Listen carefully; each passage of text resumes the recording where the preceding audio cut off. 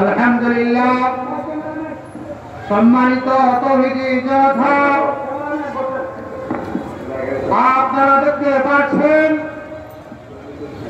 আমাদের প্রিয় রাহবার কোরআনের পথে যাওয়ার জন্য আমরা দীর্ঘদিন অপেক্ষা করছিলাম। সেই মহান নেতা আমাদের মঞ্চে উপবিষ্ট হয়েছেন, আমরা সবাই বলি আলহামদুলিল্লাহ। আপনারা নিশ্চয়ই জানেন বিগত 2-3 দিন ধরে হযরতের শারীরিক অবস্থা বেশ ভালো ছিল না। আমরা টেনশনে ছিলাম। আল কোরআন ফাউন্ডেশনের কর্তৃপক্ষরা প্রচার করে যদি আমাদের প্রিয় রাহবার এই মাহফিলে তশরিফ আনেন না, তাহলে আমাদের কি উপায় হবে? আল্লাহ পাক ওনাকে সশরীরে সুস্থ অবস্থায় ঐতিহাসিক দেশীয় ময়দানে হাজির করেছেন। এর চাইতে বড় খুশির ব্যাপার কি হতে পারে? সে বাসে আমরা কৃতজ্ঞতা প্রকাশ করছি। এই সময় অসুস্থতার চাপ দিয়া যিনি আমাদের সময় দিয়েছেন, আমরা চেকবাসী তথা আল কোরআন ফাউন্ডেশনের পক্ষ থেকে ওনাকে ধন্যবাদ জানাচ্ছি, মুবারকবাদ জানাচ্ছি।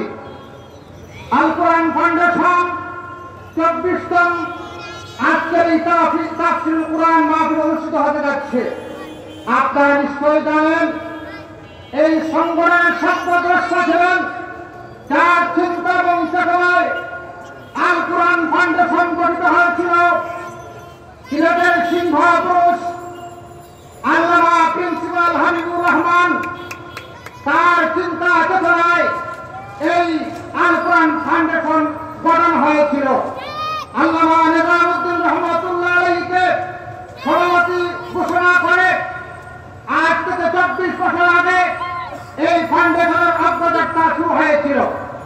ওই ঐতিহাসিক প্রতিষ্ঠানের ময়দানে আমাদের অনেক আকাবিররা এখানে গুরুত্বপূর্ণ নসিহত পেশ করেছেন। আমি শ্রদ্ধার সাথে স্মরণ করতে চাই কোরআনের পাখি আল্লামা জুবায়ের আহমদ আনসারী রহমাতুল্লাহ আলাইহি প্রতি বছর এই মাঠে তাফসীর করেছেন।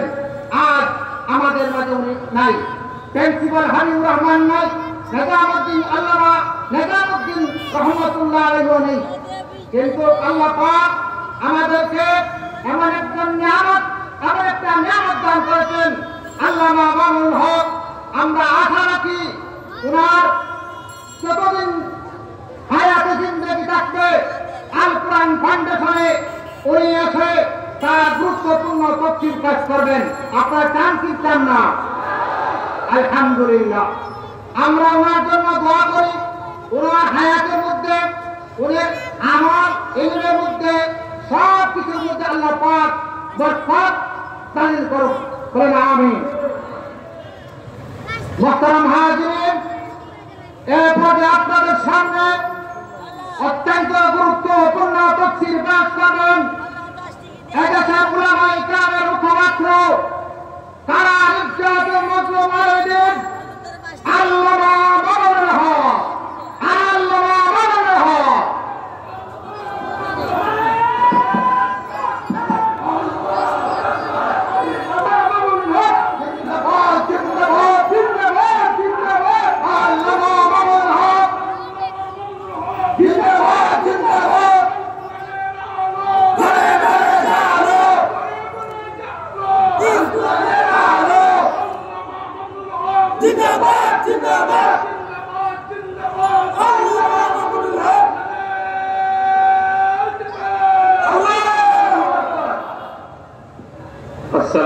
عليكم ورحمة الله.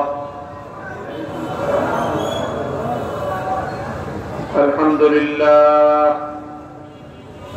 لله نحمده ونستعينه ونستغفره ونؤمن به ونتوكل عليه ونشهد أن لا إله إلا الله وحده لا شريك له ونشهد أن سيدنا وسندنا وحبيبنا ومولانا محمد صلى الله تعالى عليه وعلى آله وأصحابه وبارك وسلم تسليما كثيرا. أما بعد فأعوذ بالله من الشيطان الرجيم. بسم الله الرحمن الرحيم. اليوم أكملت لكم دينكم وأتممت عليكم نعمتي ورضيت لكم الإسلام دينا. بارك الله لنا ولكم في القرآن العظيم ونفعنا وإياكم بالآيات والذكر الحكيم. أستغفر الله لي ولكم ولسائر المسلمين فاستغفروه إنه هو الغفور الرحيم. اللهم صل على محمد وعلى آل محمد كما صليت على إبراهيم وعلى آل إبراهيم إنك حميد مجيد. اللهم بارك على محمد وعلى آل محمد كما باركت على إبراهيم وعلى آل إبراهيم إنك حميد مجيد. محترم হযরত সদর জলসা সম্মানিত সভাপতি, উপস্থিত হযরত উলামায়ে কেরাম, সম্মানিত শ্রদ্ধাভাজন বয়োজ্যেষ্ঠ আমার মুরব্বী সাহেবান, সমবেত ইসলাম প্রিয় কোরআন প্রেমিক তৌহিদি মুসলমান ভাই ও বন্ধুগণ, পর্দার অন্তরালে বাসাবাড়িতে অবস্থানরত আমার সম্মানিত মা ও বোনেরা, আল কোরআন ফাউন্ডেশন সিলেট এর উদ্যোগে আয়োজিত ঐতিহাসিক তাফসীরুল কোরআন মাহফিলে আল্লাহ পাক রব্বুল আলামিন আমাদেরকে সমবেত হয়ে আল্লাহর কোরআনের কিছু কথা আলোচনা করবার এবং শুনবার সুযোগ করে দিয়েছেন, তৌফিক দিয়েছেন। রব্বে করিমের দরবারে শুকরিয়া আদায় করি, আলহামদুলিল্লাহ। আল্লাহ পাক রব্বুল আলামিন আরো শুকরিয়া আদায় করি যে আল্লাহ পাক রব্বুল ইজ্জত আমাদের এই জন্মভূমি, আমাদের এই জনপদে আল্লাহর কোরআনের কথাগুলো স্বাধীনভাবে আমাদেরকে বলবার, শুনবার একটা অনুকূল পরিবেশ সৃষ্টি করে দিয়েছেন। এমন একটা সময় অতিবাহিত হওয়ার পর যখন চাইলে উলামায়ে কেরাম অনেক কথা বলতে পারতেন না, কোরআনের অনেক কথার উপর অঘোষিত নিষেধাজ্ঞা জারি করা হয়েছিল এবং সমাজ এবং রাষ্ট্র ব্যবস্থায় কোরআন বিরোধী এমন একটি অপশক্তি জাতির বুকের উপর জগদ্দল পাথরের মতো চেপে বসেছিল, যেই সময়ে ইসলামের বিজয়ের কথা, ইসলামের রাষ্ট্র এবং রাজনীতি সংশ্লিষ্ট কথাগুলো জাতির সামনে উচ্চারণ করাটা এটা ছিল মস্ত বড় একটা অপরাধ। এবং এই কথা যে সকল আলেমরা আলোচনা করতেন, সে সকল আলেমরা ছিল সেই সময়ের শাসক গোষ্ঠীর দৃষ্টিতে সবচেয়ে বড় অপরাধী। তাদের পরিচয় ছিল তারা সন্ত্রাসী, তাদের পরিচয় ছিল তারা জঙ্গিবাদী, তাদের পরিচয় ছিল তারা উগ্রবাদী, তাদের স্থান ছিল কারাগারের অন্ধকার প্রকোষ্ঠ, তাদের জায়গা ছিল কারাগারের সেই প্রাচীর ঘেরা অন্ধকার জগৎ। আল্লাহ পাক রব্বুল আলামিন এই পরীক্ষাগুলো পার করে, এই দুঃসময়গুলো অতিক্রম করে আল্লাহ পাক এই জাতির জীবনে একটা সুসময় দান করেছেন। সে রব্বুল ইজ্জতের দরবারে আমরা কালিমাতুশ শুকরের হাদিয়া পেশ করি। হৃদয়ের গভীর থেকে আমরা আল্লাহর দরবারে, মহান রব্বে পাকের দরবারে আমরা আন্তরিকভাবে, গভীরভাবে, মনোযোগের সাথে শুকরিয়া আদায় করি। আল্লাহ যেন আমাদের এই নিয়ামতকে দীর্ঘায়িত করে দেন। এ জাতির কপালে আর যেন কোনোদিন এমন দুর্দিন না আসে যে মানুষ চাইলেও কোরআনের সব কথা শুনতে পারবে না, কেউ চাইলেও কোরআনে পাকের সব কথাগুলো বলতে পারবে না। এমন দুর্দিন যেন এই জাতির কপালে আর না আসে। যাদের জন্য এই দুর্দিন এসেছিল, আল্লাহ পাক তাদেরকে হেদায়েত নসিব করুন। তারা আবার পাক্কা ইমানদার হয়ে, মুসলমান হয়ে, মুমিন হয়ে, কোরআনের পক্ষের হয়ে সমাজে ফিরে আসুক। তাদের জন্য আমাদের এই শুভ কামনা রইল। মুহতারাম হাজিরিন, আপনারা বিভিন্নভাবে শুনেছেন এবং ঘোষক তিনি আমার ব্যাপারে বললেন, এবং বাস্তবিক অর্থেই আপনাদের এই প্রোগ্রামে, এই মাহফিলে অংশগ্রহণ করতে পারবো কিনা আমি নিজেও এই ব্যাপারে সন্দিহান ছিলাম। হঠাৎ অসুস্থতাজনিত কারণে হাসপাতালে পর্যন্ত ভর্তি হতে হয়েছে। আল্লাহ পাক রব্বুল আলামিন অতি দ্রুত অল্প সময়ের মধ্যেই সুচিকিৎসার উসিলায় আল্লাহ সুস্থ করে দিয়েছেন, আলহামদুলিল্লাহ। আমি আপনাদের সম্মুখে কোরআনে পাকের সেই ঐতিহাসিক আয়াতাংশ তেলাওয়াত করেছি, সূরাতুল মায়েদার 6 নম্বর আয়াতের অংশ বিশেষ, যেটি কোরআনে পাকেরই শুধু নয়, বরং আল্লাহর পক্ষ থেকে অবতীর্ণ সকল ধর্মগ্রন্থের মধ্যে একটি অনন্য নজিরবিহীন আয়াত। যেই আয়াতের মতো আয়াত কোরআনের পূর্বেকার কোন আসমানি গ্রন্থে নাযিল হয়নি। বুখারী শরীফ সহ সমস্ত হাদিসের কিতাবগুলোর মধ্যে বর্ণিত হয়, খলিফাতুল মুসলিমিন ওমর ফারুক রাদিয়াল্লাহু তাআলা আনহুর যুগে ইহুদিরা হযরত ওমরের সাথে কোন একটা আলোচনা প্রসঙ্গে বলল যে, খলিফা ওমর, তোমাদের ধর্মগ্রন্থ কোরআনে পাকের মধ্যে একটি আয়াত রয়েছে, লাউ নাযালাত আলাইনা মা'শারাল ইয়াহুদ লাত্তাখাযনা যালিকাল ইয়াওমা ঈদা। সেই আয়াতটি যদি তোমাদের কোরআনে নাযিল না হয়ে আমাদের তাওরাতে নাযিল হতো, সেই আয়াত নাযিল হওয়ার সৌভাগ্যবান তোমরা মুসলিম জাতি না হয়ে আমরা ইহুদি জাতি যদি হতাম, লাত্তাখাযনা যালিকাল ইয়াওমা ঈদা। তাহলে এই আয়াতটি যেই দিন নাযিল হতো, যেই দিন নাযিল হয়েছে, সেই নাযিল হওয়ার দিবসটিকে আমরা জাতীয়ভাবে, ধর্মীয়ভাবে আমাদের জাতীয় দিবস হিসেবে আমরা উদযাপন করতাম। হযরত ওমর রাদিয়াল্লাহু আনহু জিজ্ঞাসা করলেন, কোন আয়াতের ব্যাপারে তোমরা এই কথা বলছো? তখন তারা ইন্ডিকেট করলো যে কোরআনে পাকের সূরাতুল মায়েদার 6 নম্বর আয়াতের এই অংশ বিশেষ, যেখানে আল্লাহ পাক ঘোষণা করেছেন, আল-ইয়াওমা আকমালতু লাকুম দীনাকুম ওয়া আতমামতু আলাইকুম নি'মাতি ওয়া রাদিতু লাকুমুল ইসলাম দীনা। আল্লাহ পাক রব্বুল আলামিন ইসলাম সম্পর্কে এখানে 3টি ঘোষণা দিয়েছেন ইসলাম ধর্ম সম্পর্কে। প্রথম কথা আল্লাহ বলেছেন, আজ আমি তোমাদের জন্য তোমাদের ধর্মকে, তোমাদের দ্বীনকে পরিপূর্ণ করে দিলাম, এবং তোমাদের দ্বীন পরিপূর্ণ হওয়ার মাধ্যমে তোমাদের উপর আমি আল্লাহর নিয়ামত যা দেওয়ার ছিল সেটা অপূর্ণতায় পৌঁছে গেল।